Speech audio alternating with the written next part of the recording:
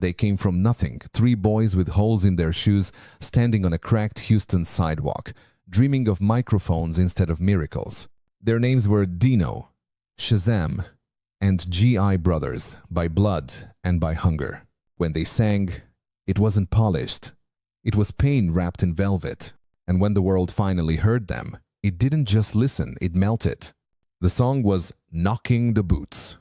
1993, the beat dropped, and every radio in America turned into a confession booth. R&B had found its new voice, raw, sexual, unapologetically Southern. Three teenagers from Houston had done what no one expected. They made the whole country fall in love to the sound of their struggle. But behind the platinum records and the screaming fans, the truth was darker.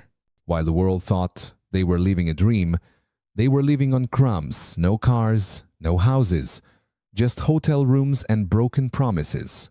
They were singing about love while being robbed by the same system that praised them. And at the center of it all was Dino Connor, the soul, the leader, the preacher of passion. He believed music should honor women, not sell them. He refused to bend, even when the labels waved millions. He fought for respect in an industry built on exploitation. And that fight cost him everything. Because in 2003, the same voice that taught the world how to make love died violently on a Houston street. This isn't just an R&B story. It's a gospel of fame, faith, and the price of staying true. This is the story of H-Town and the tragedy of Dino Connor. Before they were stars, they were just three kids chasing echoes through the south side of Houston. No fancy studios, no managers, just a boombox, a church microphone, and a dream bigger than the neighborhood they came from. Kevin Dino Connor was the heartbeat, the one with a voice too big for the room. He grew up poor, but you'd never know it from the way he carried himself. His mother said he sang before he could read. His brother, Shazam, was his shadow, quieter, deeper, always harmonizing from behind, letting Dino's voice lead. Then there was Daryl G.I.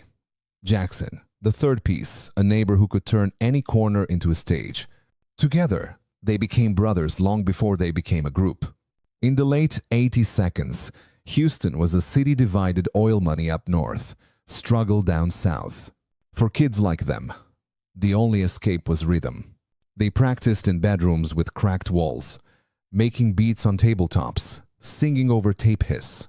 Their first name was the Gents because even in poverty, they wanted class. Dino used to say, "We may be broke, but we don't have to look it." At just 14, they recorded their first album, It's Not a Dream. And for a moment, it felt like the title was right.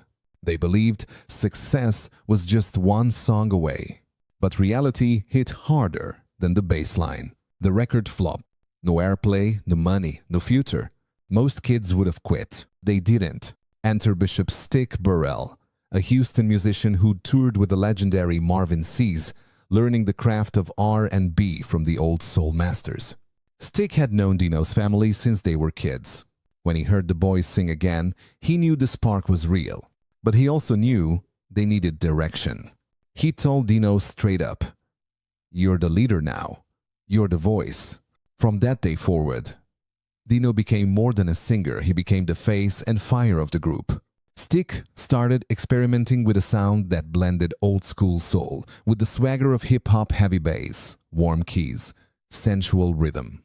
He pulled a sample from Zapp and Rogers' Be All Right. That same sample later appeared on Tupac's Keep Ya Head Up.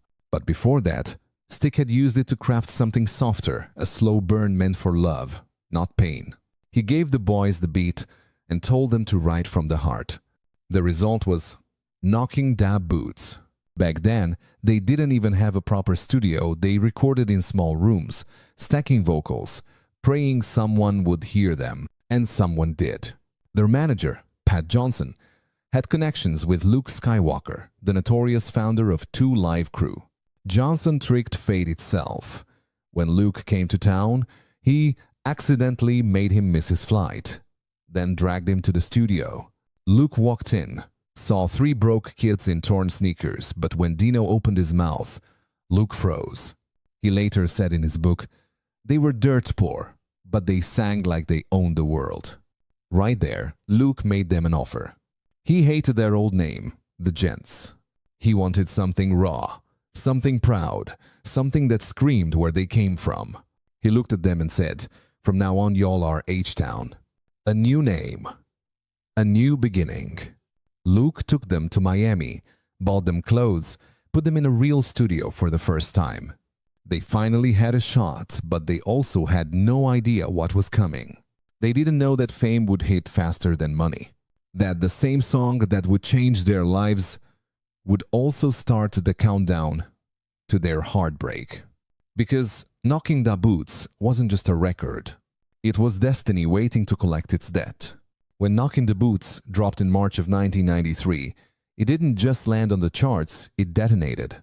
Radio stations across the country played it until the vinyl grooves wore thin. Every slow dance, every high school party, every late-night confession carried that same line. "Yeah, we're knocking the boots." In one summer, 3 boys from the south side of Houston became national stars. The record hit #1 on the Billboard R&B chart, #3 on the Hot 100, and sold over 1 million copies. Their album, Fever for the Flavor, stormed the shelves #1 R&B, top 20 overall. No one saw it coming. Least of all, Dino, Shazam, and G.I. They were barely out of their teens, still shy, still humble, still learning how to navigate the cameras that suddenly chased them. But on stage, something lit up inside Dino. He wasn't just singing anymore, he was preaching. Sweat dripping, shirt open, voice trembling with fire and velvet. The women screamed until they cried. The men nodded in respect. R&B hadn't felt this alive since Marvin Gaye whispered, "Let's get it on." Tour life came fast. The Coca-Cola Summerfest tour put them alongside SWV, Shy, Naughty by Nature, even LL Cool J, 20,000 fans every night chanting their names. Backstage, they were still just kids eating fast food and calling home collect. But when the lights hit, they looked immortal. Then came Lick You Up. Another hit, another rush. Then Part-Time Lover, produced by Devante Swing of Jodeci for the Above the Rim soundtrack. The same film that gave Tupac one of his most iconic roles. That soundtrack went double platinum, and H-Town songs soared with it. At the 1,995 Source Awards, when Suge Knight gave his infamous speech at Puffy, H-Town were backstage. Kids from Houston watching history happen. They'd made it. But fame doesn't come clean. While the record sold millions, the checks didn't match. After the numbers were counted, the group received only $36,000 total. Split 3 ways. No cars, no houses. Just hotel rooms and per diem envelopes, barely enough for food. Dino joked on stage, but off stage, he was selling his stage shirts to fans for $100 each, just to survive. Their producer, Stick Burrell, later said he remembered Luke Skywalker handing them $20,000 a month while touring, but somewhere between Miami and the accountants, the money disappeared. Contracts written in small print became invisible chains. Still, they kept performing. They couldn't stop. The crowds wouldn't let them. Everywhere they went, women fainted, men envied. Radio demanded more. H-Town had become sex symbols, the southern princes of slow jams. They won the Soul Train Music Award for Best New Artist, beating Escape and Tag Team. Magazines called them the new kings of bedroom R&B. But behind the cameras, Dino was changing. He saw how the industry was feeding on them, how every headline focused on abs and sweat, not the soul in their music. He wanted more. He wanted the kind of songs that healed instead of sold. He began writing lyrics about respect, love, spirituality. He talked to his brother about taking control, about building something that was truly theirs. He didn't know it yet, but that desire for control would cost him his peace. Because the moment an artist in the system starts asking questions, the machine starts pushing back. The fame that once felt like freedom was starting to feel like a cage. And soon, the boys from Houston would realize the hardest part of making it is keeping your soul once you do. By 1994, fame had stopped feeling like a blessing. The lights were too bright, the applause too short, and behind every performance, there was a contract waiting to choke them. H-Town were working on their second album, Begging After Dark. Dino wanted something deeper. He was tired of being painted as a sex machine. He wanted songs that talked about love, faith, and the pain of growing up in a world that didn't love you back. But Luke Records had other plans. They wanted more boot-knocking, more bodies, more headlines, more skin. Dino argued. We already proved we can sell records. Now let us sing. But to the label, art didn't matter. Formula did. And the formula was lust. When the group appeared on Video Soul with Donnie Simpson, they did something no one expected. They walked on set in shackles, real metal cuffs on their wrists and ankles, to protest the label holding them hostage. On live TV, they declared, "We're not slaves to the industry."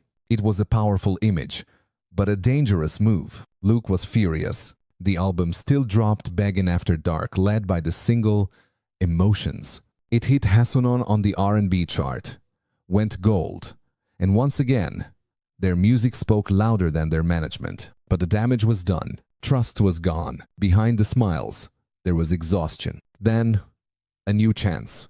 Comedian Martin Lawrence called. He wanted H-Town to record the theme for his new movie, a thin line between love and hate. The result was magic, a haunting duet featuring Shirley Murdoch and Roger Troutman. It became their first top 40 pop hit in years. The industry celebrated, but the celebration didn't last. Legal wars hit Luke Records from every direction. Lawsuits, injunctions, unpaid royalties. The label started to collapse. And when H-Town demanded freedom, Luke finally let them go, not out of kindness, but fatigue. They were free. But freedom, they learned, doesn't come with a map. They signed with Relativity Records, this time with power. $1 million each.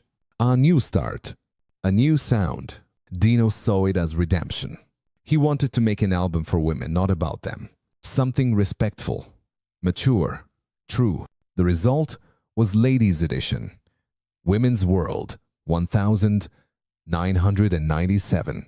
A dedication to the late Nicole Brown Simpson, with a helpline for abused women printed on the back cover. It was more than music, it was message. Dino said in interviews, "We wanted to show that R&B could heal, not just seduce." But the label didn't want healing. They wanted heat. They told him, "Give us another knock in the boots. We'll give you $2 million. Dino looked them in the eye and said no. He wouldn't sell the message. He wouldn't betray the music. That no changed everything. The label pulled promotions. Radio spins slow it. Budgets vanished. H-Town's gold record got buried under silence. The brothers began to drift apart. Shazam and G.I. still wanted to chase success. Dino was done chasing, he wanted peace. He talked about God, about purpose, about walking away. He said he was tired of being used, tired of smiling when everything inside him was breaking. That's when the shows got smaller. The money ran thin. And the dream that had once carried them out of Houston started leading them back home to the same streets they'd sung their way out of. But for Dino, that return wasn't defeat. It was the beginning of something sacred, because when the world turned its back on him, he turned toward the light. He just didn't know that light was already calling him home. When Ladies Edition, Women's World hit the shelves in late 1997, it didn't sound like anything else on the radio. No moans, no fake lust. Just honesty songs that spoke to women, not at them.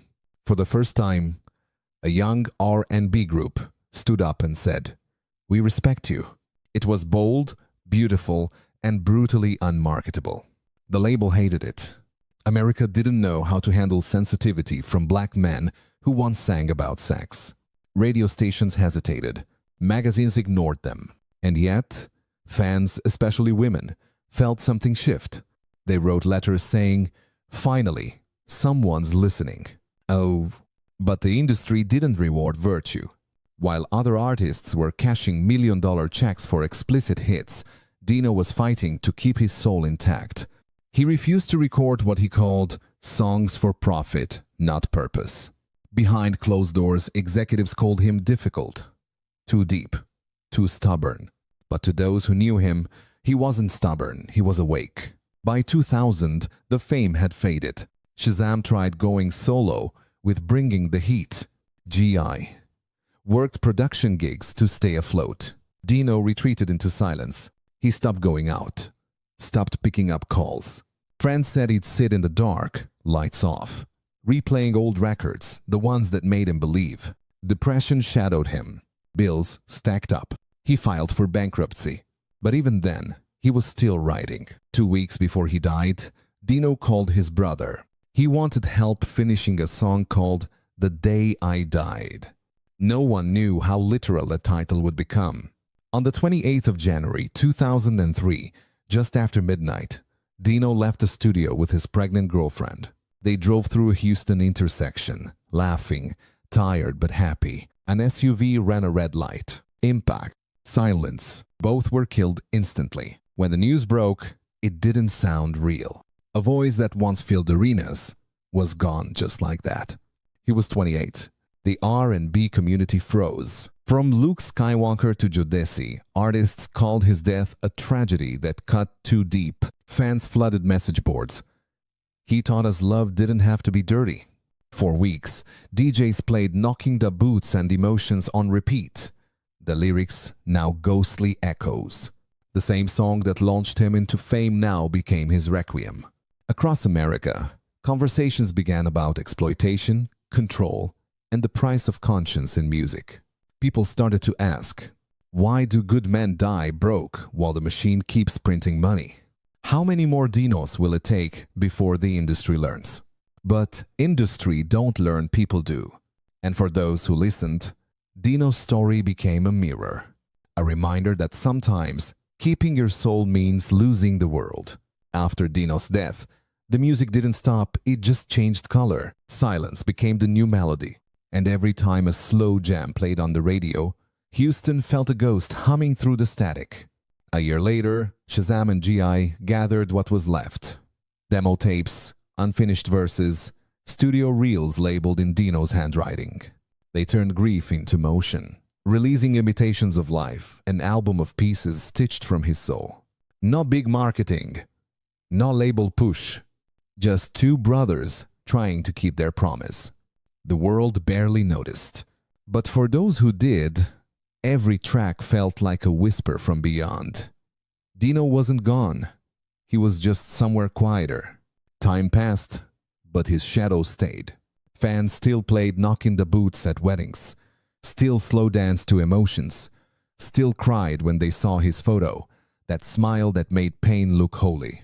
Shazam once said in an interview, "When we sing now, it's not for fame, it's for him." Years later, in 2019, something sacred happened. Under the lights of Detroit's National R&B Hall of Fame, H-Town's name was called alongside legends Aretha Franklin, Stevie Wonder, Guy. On the screen behind them, a single image appeared. Dino in a white shirt, arms open, smiling like he'd never left.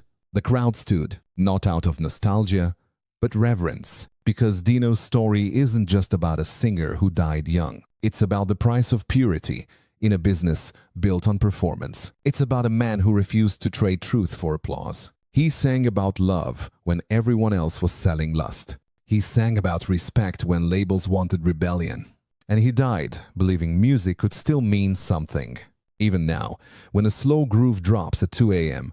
in some small R&B bar, someone mouths his words. Somewhere, a DJ whispers, "This one's for Dino." And for a moment, the room feels warm again, like he never left. Because legends don't disappear. They echo. They breathe through the people they heal, through the songs that outlived them.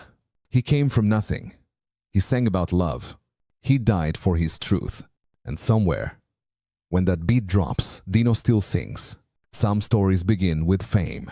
This one begins with silence, the kind that comes after a scream underwater. On August 27th, 1994, Dee Dee Jackson, the ex-wife of Tito Jackson from the legendary Jackson 5, was found dead floating face down in a swimming pool in Bel Air, 39 years old.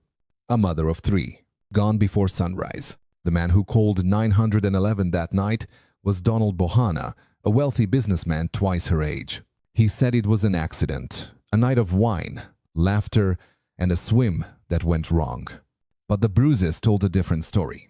50 cuts on her lips and face, hemorrhages in her neck, fear in her eyes frozen by the water. The official report said undetermined. But for the Jackson family, that word meant incomplete. They believed Dee Dee didn't drown, she was drowned. What happened that night behind those gated walls? How did a woman terrified of water end up dead in the deep end of a pool she never swam in? And why did it take 4 years, 4 autopsies, and the persistence of her sons, the R&B Group 3 Tons for Justice, to finally speak her name? This is not just a murder case. It's a story about love, betrayal, and power, about how even those born closest to fame are not safe from its darkness. She was the woman who loved a Jackson, raised stars of her own, and died in silence while the city slept. This is the story of Dee Dee Jackson, the night the music stopped in California. Before she became a Jackson, she was Dolores Martez, a bright-eyed girl from New York, with a smile that made people feel seen. Her friends called her Dee Dee, short, sweet, and full of life, like the girl herself. She was born to Dominican parents who split when she was still a baby. Her mother packed up 3 daughters and moved to Los Angeles in 1968, a city glittering with sunshine and possibility, but heavy with the weight of survival. They didn't have much, but Dee Dee learned early how to turn struggle into grace. She was the kind of girl who made broken things look beautiful, who believed that love could fix anything. By her sophomore year at Fairfax High School, she caught the attention of a shy boy with a quiet rhythm in his step, Tito Jackson, the second oldest of the Jackson brothers. At the time, the Jackson 5 were already climbing towards superstardom. Girls screamed their names across America, but it was the soft-spoken Tito who fell for Dee Dee's calm. While his brothers rehearsed in hotel rooms, Tito would sneak away to call her long distance, hours at a time. She grounded him. He adored her. By 1972, they were inseparable. 2 kids barely out of high school, he, a star on stage, she, his anchor off it. They married young, quietly, without the flash of Hollywood. And while the world saw Tito Jackson, guitarist of the Jackson 5, Dee Dee saw just Tito, the boy who left notes in her locker and held her hand like he never wanted to let go. They had 3 sons, Taj, Tarell, and TJ, and Dee Dee poured herself into motherhood like it was her calling. When Tito toured, she stayed home, building the kind of life she never had as a child. Birthday parties with homemade cakes, weekend sports, family barbecues in the backyard. She refused to let fame raise her children. She wanted them to grow up knowing love, not tabloids. Friends described their home as warm chaos, music always playing, kids laughing, Dee Dee humming Motown tunes while cooking dinner. Even after her divorce from Tito in 1993, there was no bitterness. They stayed close, co-parenting with love and mutual respect. Tito once said, "She was my first real friend, and she stayed that, even after everything." By the early 1992s, her sons, now known as 3 Tons, were rising stars themselves, following in the Jackson legacy. Dee Dee, proud but private, supported them quietly from behind the scenes. She wasn't the kind of mother who chased the spotlight. She was the light behind it. But as her boys' fame grew, so did her loneliness. She'd spent her entire life loving musicians, managing chaos, holding others steady. Now, with her sons touring and their marriage long over, she wanted something simple: stability, partnership, peace. That's when she met Donald Bohanna, a polished, confident businessman nearly 20 years her senior. He seemed successful, charming, worldly. To everyone watching, Dee Dee finally looked happy again. But sometimes, the people who look like saviors are just better at hiding their storms. In the years after her divorce, Dee Dee Jackson was radiant not because life was perfect, but because she had learned to live without pretending. She was a single mother, a quiet success story, and for the first time, she was doing things on her own terms. Her sons, Taj, Tarell, and TJ, were finding their voices in the R&B trio 3 Tons. Their first tours, their first interviews, their mother in the front row smiling, clapping, crying. She had been the shadow behind every Jackson spotlight. And now she wanted to step into her own. But life has a way of testing those who finally find peace.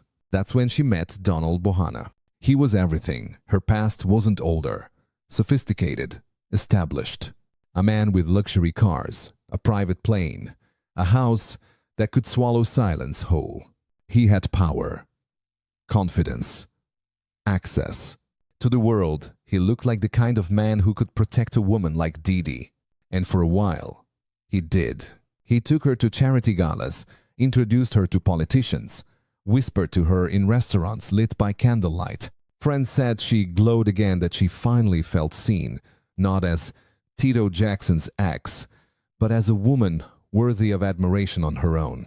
They called it her second act. But not everyone believed the performance. Her son's young, but Sharp sensed something off. Taj once told a friend, "He looked at us like we were props in his show, and they said he was controlling charming 1 minute, cold the next. When he spoke, it wasn't a conversation, it was a monologue." Still, Didi stayed, because after years of being defined by someone else's fame, she wanted to believe in normal love. Don made her feel safe, or at least, he made her want to feel that way. He ran hospitals, insurance firms, and even opened a restaurant in Watts called Denny's in the Hood. The press loved it, a wealthy black entrepreneur investing in the community. To outsiders, it was a fairy tale comeback. But behind closed doors, the story was unraveling. By 1994, Don Bohanna's finances were collapsing. Lawsuits, debt, pressure. He had built his empire on confidence, and it was cracking. Friends said he was desperate to find a way out, and when Didi wouldn't use her Jackson connections to help, arguments began. Loud ones, public ones.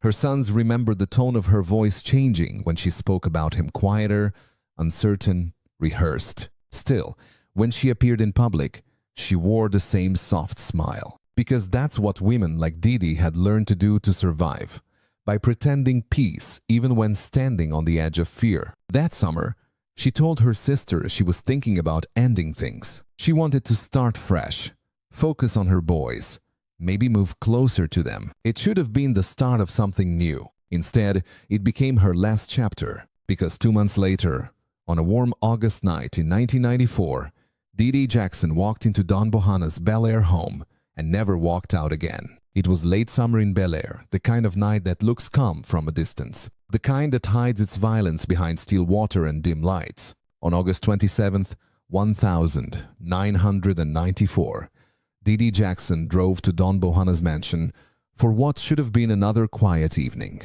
Dinner, wine, music playing low in the background.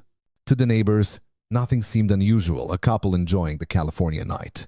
But by 3:30 a.m., the house that once glowed with laughter would echo with panic. According to Don, they'd shared a late meal wine for her, rum and coke for him. They talked, laughed, argued a little. Then, he said, she wanted to swim. But everyone who knew Didi knew one thing for certain. She was terrified of water. She could not swim. Don claimed he tried to talk her out of it, but she insisted. He said she slipped into the pool, swam a few strokes, then stopped moving, sinking silently into the deep end. He ran outside, shouted her name, grabbed a pool pole, and tried to pull her up. When that didn't work, he dove in, dragged her out, and started CPR. At 3:47 a.m., he called 911, his voice trembling, gasping. "She's not breathing. Please hurry." By the time the ambulance arrived, Didi Jackson was gone. 39 years old, pronounced dead at a nearby hospital. At first, police treated it like a tragic accident, a late-night swim gone wrong. But when the autopsy came in, the story cracked open. Her body told the truth her voice never got to say. There were over 50 cuts on her lips, tongue, and ears. A bruise on her head, hemorrhaging around her neck. The medical examiner wrote, asphyxia, due to drowning with evidence of blunt force trauma. These weren't injuries from the water. They were from struggle, from fear. When investigators asked Don about them, he said the wounds came from his desperate attempts to save her, that she was thrashing, that he used the pool pole to help her grab on. But his version didn't match the evidence or the timeline. His clothes were barely wet, and the bruises were consistent with something else: restraint. Still, with no witnesses, no camera, no confession, the coroner ruled it undetermined. Case closed, at least for the state of California, but not for the Jacksons. Not for Tito, who refused to believe that the mother of his children, a woman who wouldn't go near a bathtub alone, had chosen to swim at 3 a.m. Not for 3 Tons, who spent years fighting to reopen the case, begging the district attorney to listen. 2 years later, their persistence finally cracked the silence. Prosecutors re-examined the evidence, the bruises, the timeline, the motive, money problems, a fight, a refusal, and by 1998, the truth came out in court. The night wasn't an accident. It was rage, controlled, intimate, and deadly. Don Bohanna was found guilty of second-degree murder, sentenced to 15 years to life. But for the Jackson family, there was no celebration, only relief and an empty chair at every family gathering. When the verdict was read guilty of second-degree murder, the courtroom fell silent. No celebration. No tears of victory, only the sound of grief breathing in slow rhythm. Because in stories like this, justice never feels like healing. Tito Jackson sat still, hands folded, staring at the man who had taken the mother of his children. He didn't shout. He didn't cry. Later, he told the reporter, "You don't win something like this. You just stop losing." For 3 Tons, Taj, Terrell, and TJ, it was more than a headline. It was their mother's voice echoing through every courtroom word. They were just boys when she died, young, scared, and suddenly forced to understand death before adulthood. They grew up under cameras, but this pain wasn't for show. When they stood on stage again, singing love songs to millions, their eyes told a story their lyrics never did. In interviews, they said what most sons can't. "We forgave him, but we'll never forget what he took." The Jackson family, one of the most famous in the world, learned something brutally human: fame doesn't protect you from tragedy. They had survived tabloids, scandals, rumors, but nothing compared to this quiet loss. Because Dee Dee wasn't a celebrity chasing fame. She was a mother who wanted a simple life, a home, laughter, love. And the world had stolen that from her in silence. The case struck a chord in America. It wasn't just the Jackson name, it was the story behind it. A reminder that domestic violence wears expensive suits too. That power doesn't always look like fists.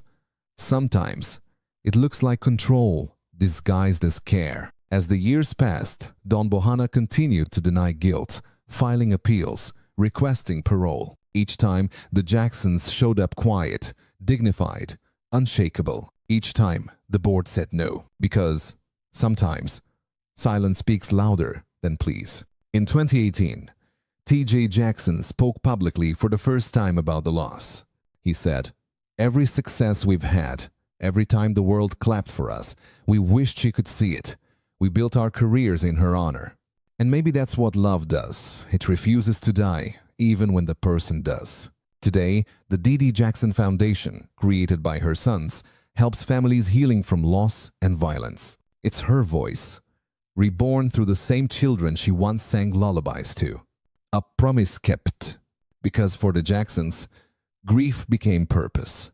And Dee Dee's story, once buried under silence, became a song of strength the world could finally hear. Time moved on. But for the Jacksons, there would always be 2 worlds, one before that night in Bel Air and one after. Every August, her sons still call each other. No media, no public posts, just 3 brothers on the phone, remembering the woman who made them believe in kindness even after the world showed them cruelty. Dee Dee Jackson wasn't a superstar. She didn't tour the world or hold platinum plaques. But to the people who loved her, she was something greater. A safe place in a world built on noise. Those who knew her say her laughter was light, like wind chimes in sunlight, that she never walked into a room to take attention, she brought calm. She was the heartbeat in a family where fame often drowned everything else out. Even after her death, that heartbeat never stopped. It just changed rhythm. Her 3 sons carried her love forward in ways that would have made her proud. As 3 tons, they sang about loyalty, forgiveness, and resilience, the same values she'd planted in them long before tragedy struck. Their music wasn't just melody, it was memory, and every note carried her name.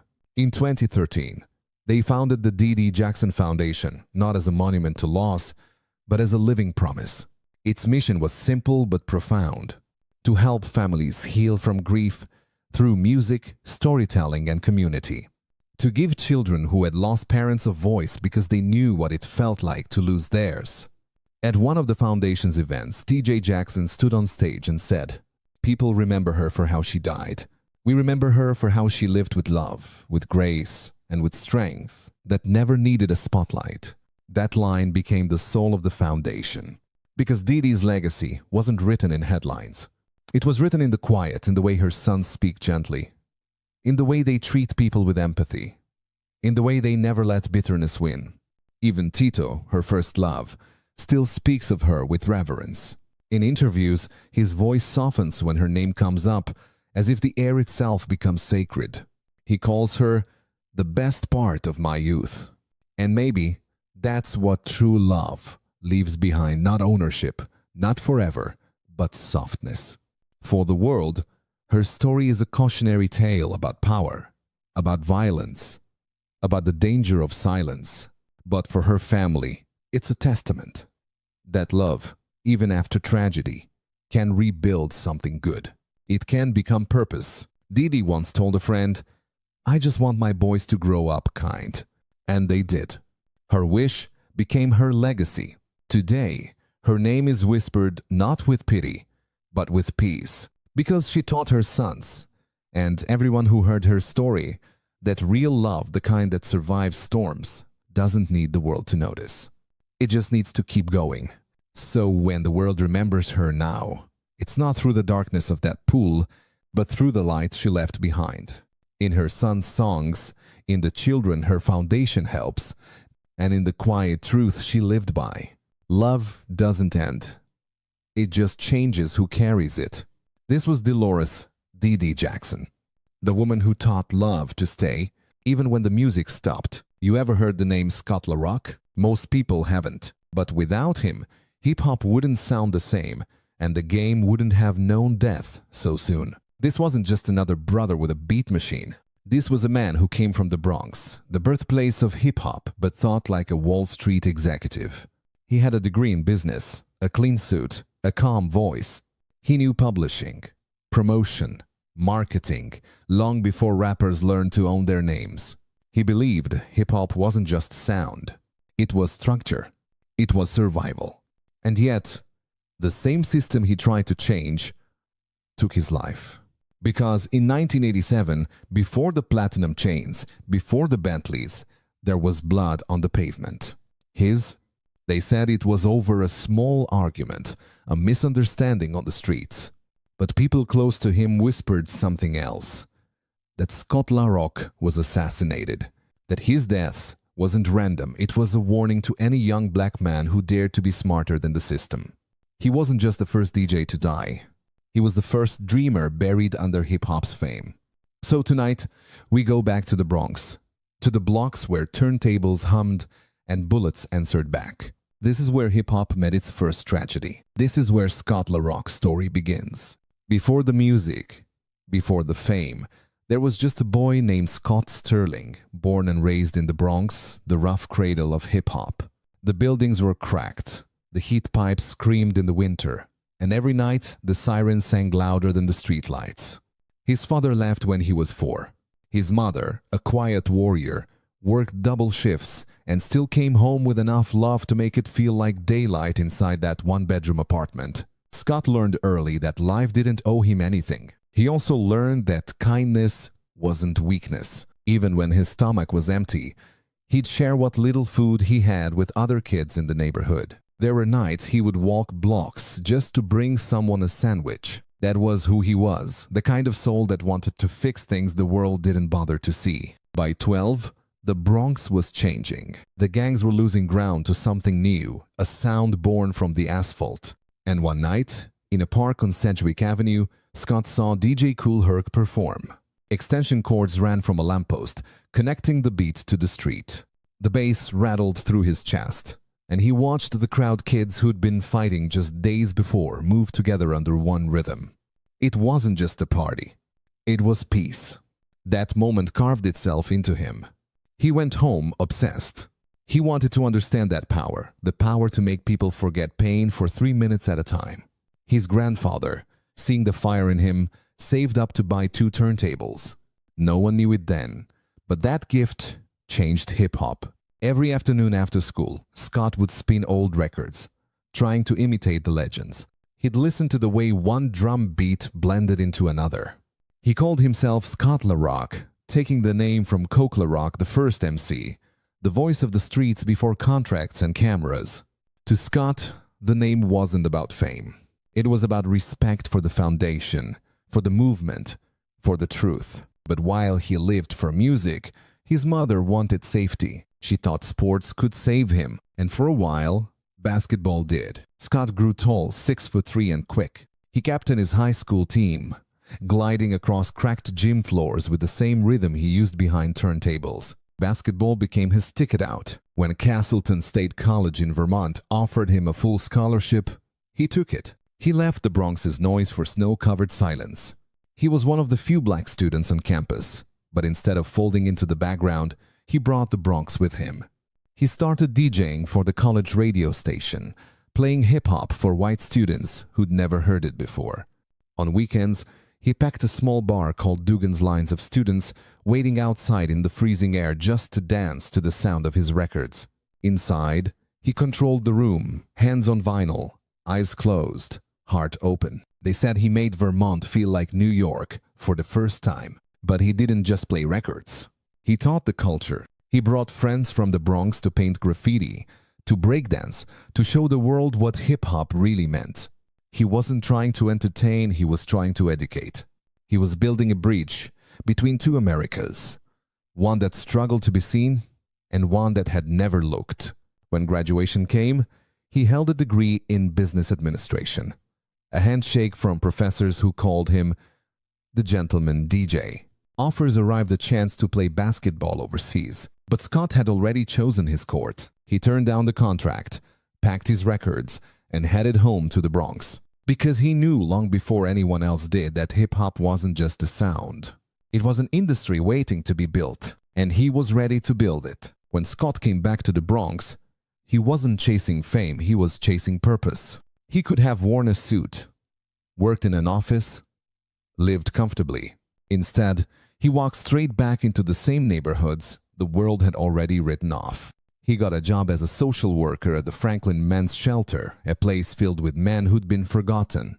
Ex-cons, addicts, teenagers fresh off the streets.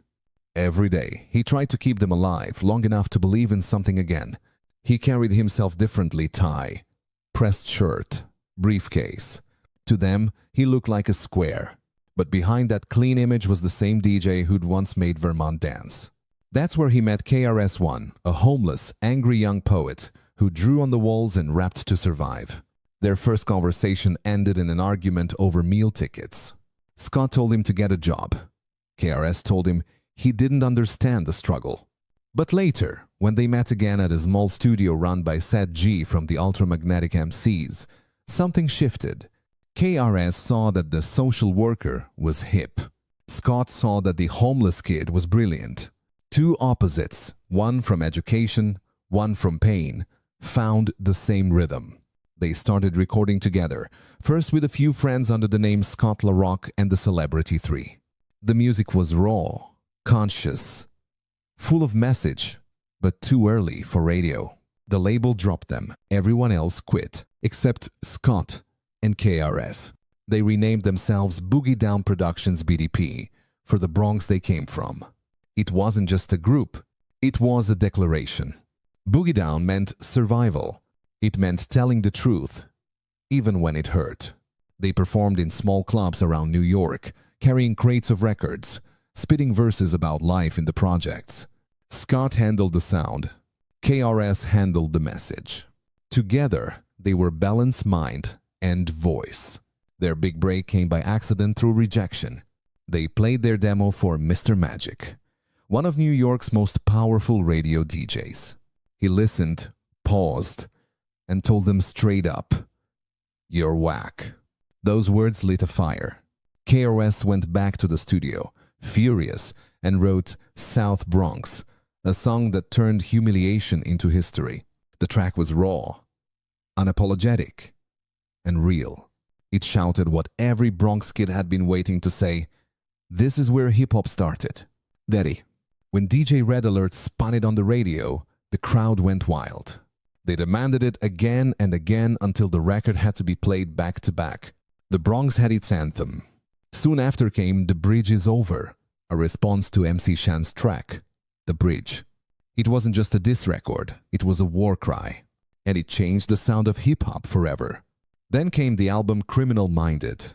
Released in 1987, it was unlike anything before. The cover showed Scott and KRS posing with guns not as gangsters, but as revolutionaries. The songs mixed street wisdom with social insight. None Millimeter goes bang.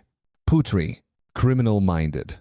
It was raw, fearless, and prophetic. It told America, the streets are speaking now.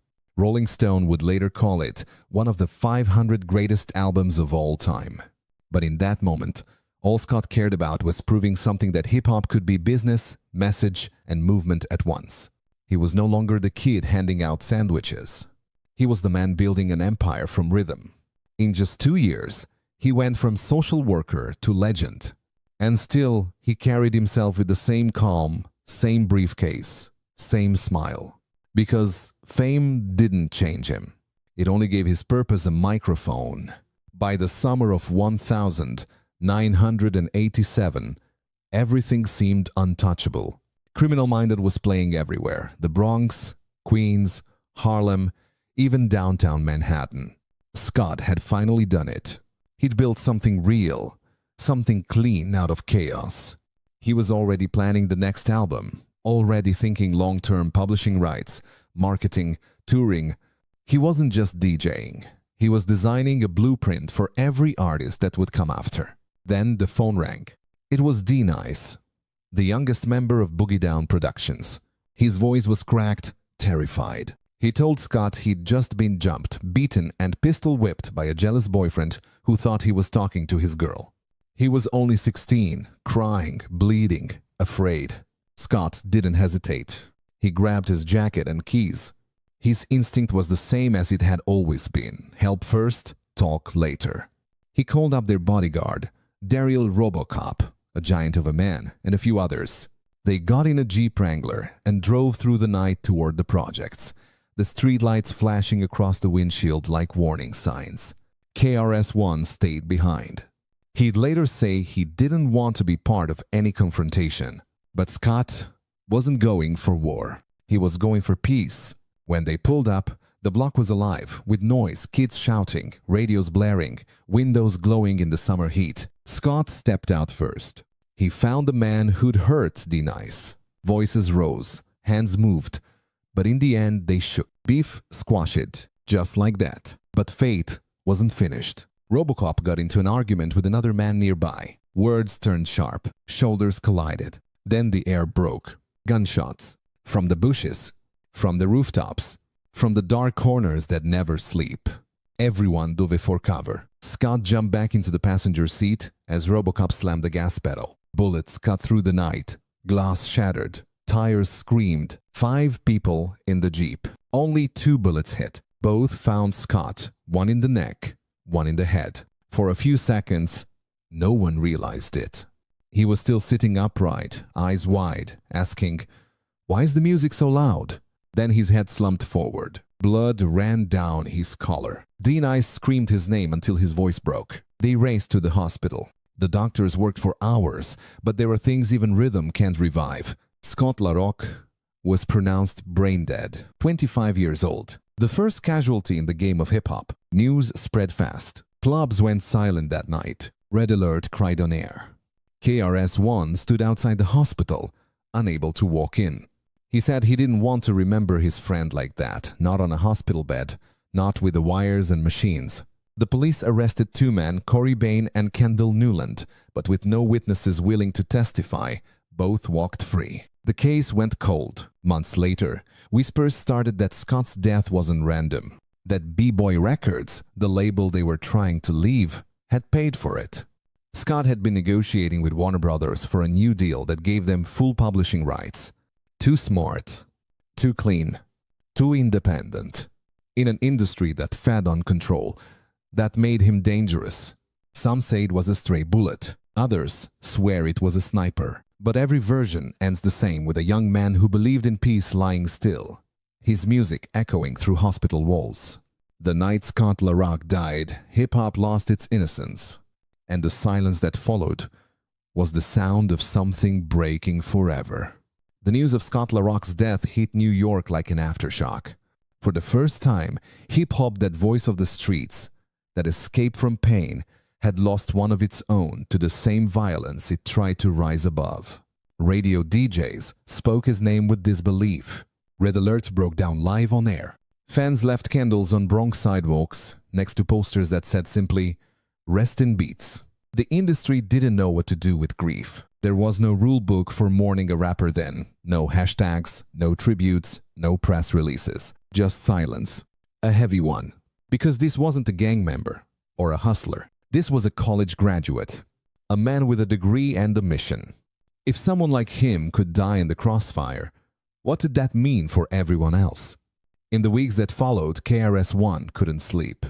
He replayed the night again and again, the call, the Jeep, the sirens. The guilt became unbearable. Out of that pain came purpose. He wrote songs that sounded less like brags and more like prayers. He told anyone who would listen that hip-hop had to grow up, had to stop bleeding itself dry. That's how the Stop the Violence movement was born. Not as a slogan, but as a scream.